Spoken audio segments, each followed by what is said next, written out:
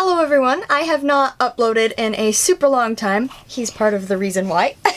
So if he is a bit fussy, he may make filming hard, so bear with me. But today I am going to be talking about RV maintenance. I'm going to walk through the very brief indoor part of the maintenance, and then I am going to have Kyle walk you guys through the outdoor portion. So yeah. What you have to do to maintain your RV and to take care of it. Take two. I tried to lay him down, so hopefully he would be less wiggly and more content, because he's just not having it right now when I'm trying to film. So I obviously haven't filmed in a long time. Anyway, getting back into it.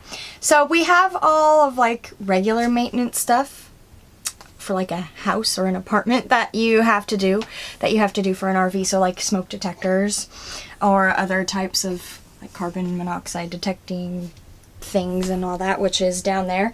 So that's what this does. Sorry, I'm in my slippers. We don't really actually have to do much with that, but that's what that is, and if we did, that would be where we would do maintenance for that. But that's just there, and as long as the green light is on, it's good. So if anything were to happen with that, then we'd have to fiddle with it, because that would mean something bad is happening here, carbon monoxide wise. And then we have like the heat, which you don't really have to do maintenance for, but then up here is where maintenance on the fridge happens. Sorry, this is all of our food we plan out. So it is on auto right now, but you can push this to switch it to just gas or not, but we just leave it on automatic so that it runs automatically depending on what we have running. And if the check light goes on, then we need to figure out what's going on with our fridge. And this is how you turn it on and off. So sometimes the fridge will go off depending on like propane and all that stuff, and if the inside of the fridge turns off, normally you can just turn it off and then back on again and it starts working. So that's basically maintenance for that. And then this is where all of our maintenance happens, is this panel right here. So this is our water pump, which we don't really have to turn on because we have water pressure and are attached to water. So this is how you check the battery. So you just push this button here. The first one is the battery, and the last row, I don't know if you can see very well. Let's try this. Does that help at all? So, let me try something. So this red row right here is what tells the battery, and this first button here is the battery button. So you push it, and right now it's plugged in, so it says charging. If it wasn't plugged in, it would probably be to this one right here. What is that, a G? Yeah, so it's L, F, G, and C. C means charging. If it wasn't plugged in, this determines how much battery we have. The other ones go by the tanks. So empty, 1/3 full, 2/3 full, full. When it gets to full, you empty it. Sometimes we empty it when it's about 2/3. You never leave the black tank open, but sometimes we'll leave our gray tank open. Our fresh is on empty because we're not boondocking, so we don't need to do any maintenance on our fresh tank because we're hooked up to water.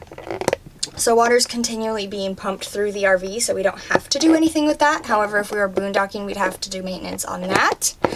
Our black tank is currently 1/3 full, because we just recently emptied it, and when we empty it, we try to flush it out, and you just basically pour a bunch of fresh water down the toilet. Sometimes we do bleach, sometimes we have these like cleaning pods that you leave in there. So yeah, that's how you check on the black tank. And right now we won't need to empty it or do anything with that because it's only 1/3 full. We just recently emptied it. And this is our gray tank. So our black tank, if you don't know, is our toilet basically, so it's basically sewage. Our gray tank is full, but we normally leave the gray tank open. The gray tank is the one that is okay to leave open.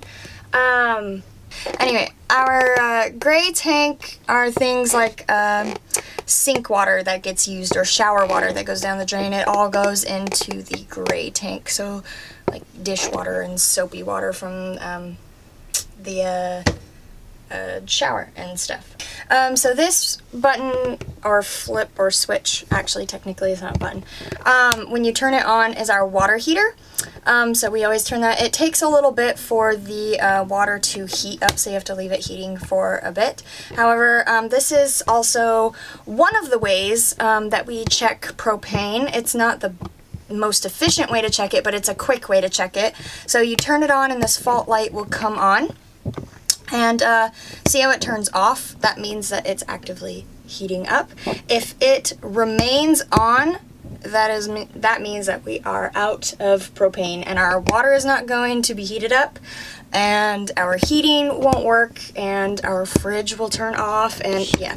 So anything run by propane will not work if that remains on. So because it's off, means we're doing pretty good on propane. You can flip that off if you're not using it, but yeah. So if it remains on, we really are in serious need of propane. Okay, so that's really mainly it for the indoor maintenance portion. So now we are going to join Kyle outside, and he's going to walk us through the outdoor maintenance of the RV. Alright, so first I'll explain to you the propane. So this is our propane supply. They're just propane tanks that every time they run out, we actually can just run to, we usually go to Walmart, but anywhere that has like this type of propane, you can just take the empty tank to them, and they'll swap it out. Obviously you get charged for the cost of the propane, but they don't charge you for the actual tank itself, so it's nice. You could also take them, there are places you can fill up propane, like U-Haul and places like that. We haven't really done that yet, just because we haven't really felt the need to. But yeah, so that's our propane. I mean, it's like if you had a grill, like if you need to, I don't know, open up like if we put a new propane tank on here, obviously we'd attach it, we'd open it. So Brandi actually is holding Ronan in a front carrier and holding the camera recording, so that's why it's moving around, and you might hear some baby noises and stuff, so because she's being a boss. So it's moving a lot, but that's okay. Anywho, so yeah, so that's the propane. That's also our battery there. We actually haven't had to do anything with that. It just kind of does its thing, fortunately. So anywho, so that's our propane. We'll come around this way. So on this side we have a couple of different things. This right here is to fill up the fresh water tank, which again we're not using because we're connected to the city water. So we'd open that and pour water in it if we needed to, but we don't, so we won't do that. Here we actually have, I'll show you. So this is where our water supply actually connects, and we have our water filter here, and then obviously connected to our hose. This is an elbow joint, which allows the water filter to be hanging from the RV, because if you were just to like put it straight on, it would put a lot of weight on it and probably break something. And we actually used to have this on the other end of the hose connected to the faucet, but then the water coming through the hose and into the RV, we could like taste the hose, and so we put it here and it works a lot better, and that elbow joint allows us to do that, so that's nice. If we wanted cable TV, here's where we could plug it in, but we don't watch TV, nor do we care. So that's that. This is actually the hot water heater compartment. So you can open it up. It's got all the stuff if we ever needed to do maintenance on it or whatever. This actually relieves the pressure if you pull on that. Anywho, so this is just the hot water, yeah, stuff. So, anywho, that's that.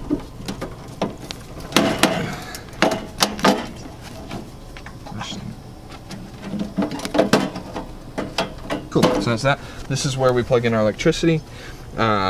We are 30 amps is what we need for this. So we actually are just plugged into just like our in-laws electrical, I don't know. So they actually have a bunch of electrical outlets throughout this little field back here. And we're plugged into one of those. There's just a converter that we use. It's like a little tiny adapter that plugs into our cord and then plugs into an extension cord. So we're just plugged in to like a normal outlet. We just have like I said, an adapter that allows us to do that, so that's nice. A lot of people have a surge protector that they plugged into their RV, which ideally we'd like to have one, we just don't, so that's kind of bad, because if there were to be like a power outage or a surge or whatever, it could potentially fry our entire rig, so we need to do that soon, but we don't have that yet. Anywho, so that's the electricity. Down here is the actual like the gray tank and the black tank. This lever here is actually the gray tank, and I'm gonna go ahead and, interesting. It says it's full on the thing, but it's open, so it's just constantly draining, and it just drains out over there. So that's the gray tank. Basically, so when it's pushed in, it's shut, and so the stuff accumulates in the tank. When you pull the valve, it opens and it drains. Same with the black tank. I'm not gonna mess with that one though, because if I pull that, it's gonna drain out of the hose and just down there, which we don't like. So with the black tank, we actually use this little, it's like a portable, I don't know what it's called. I don't remember what it's called. Anyway, it's like a tank we can hook up, and then when we empty the black tank, it all goes into this, and then we can take this wherever we need it to drain it. So we actually just dug a hole out there in the field that I drained it into, and so yeah. Anyway, so that's kind of what we do for that. Again, like Brandi said, for the black tank, after we drain it, usually I like to flush it with clean water just to make sure that any debris and stuff gets out of there and isn't just sitting in the bottom. And same with the gray tank. And yeah, so they're actually little cleaning pods that we use. There's one that you fill up the black tank, and then you put that pod in it and leave it in for anywhere from 12 to 24 hours. 24 hours is the best, and it actually is really good if you're moving, because the water kind of sloshes around inside there and gets it all clean. But it's okay to use if you're not, and it just kind of breaks up the stuff inside of there. So anywho, and then you just drain that, and that's good. So yep, so that's the outside of this side. There's not really a whole lot of other maintenance. We need to actually get wheel covers for all of our wheels so they don't crack or any of that kind of thing. We don't have that yet though. And then over here, if we did need to do any maintenance on like the refrigerator, this is actually the back of the refrigerator right here. There's a little hose that comes out actually, so if in the back of the refrigerator there's a little tray that catches excess water, and it all drains out of this. So again, if we needed to do maintenance, this is where we do it, but we don't. And then this right here is for our heater actually. So if we needed to do anything with this side of the heater, we could do it that way. So past that, it's really just kind of keeping it clean as far as maintenance goes. We actually need to wash it. It's starting to get kind of dirty, especially here in Florida, because I don't know if any of you have been here to Florida and seen people's RVs here, but a lot of them actually have, like, they're just really dirty, and they actually have like moss kind of growing on them and algae and stuff, and so they're just kind of gross and streaky with like black streaks and stuff. So again, we need to clean it, but we haven't as of yet. So as far as maintenance goes, that's about it. We do spray for bugs, so we actually just put half vinegar, half water in a spray bottle, and I spray around all. We also have a bug spray.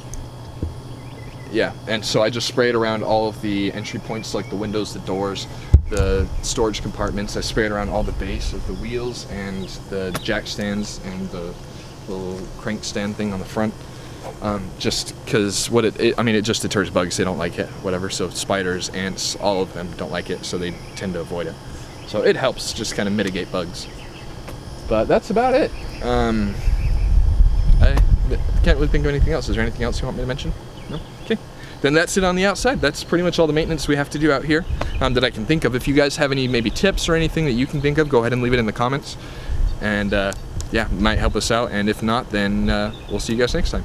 Okay, so that is all that I have for you guys for today. I hope you guys enjoyed this little walkthrough of RV maintenance. I've done like setup and tear down before. Now I thought it'd be fun to walk you through like what it takes to actually run the RV. I also have some ideas about organizing in a small space that will be coming to you soon. I don't know exactly when.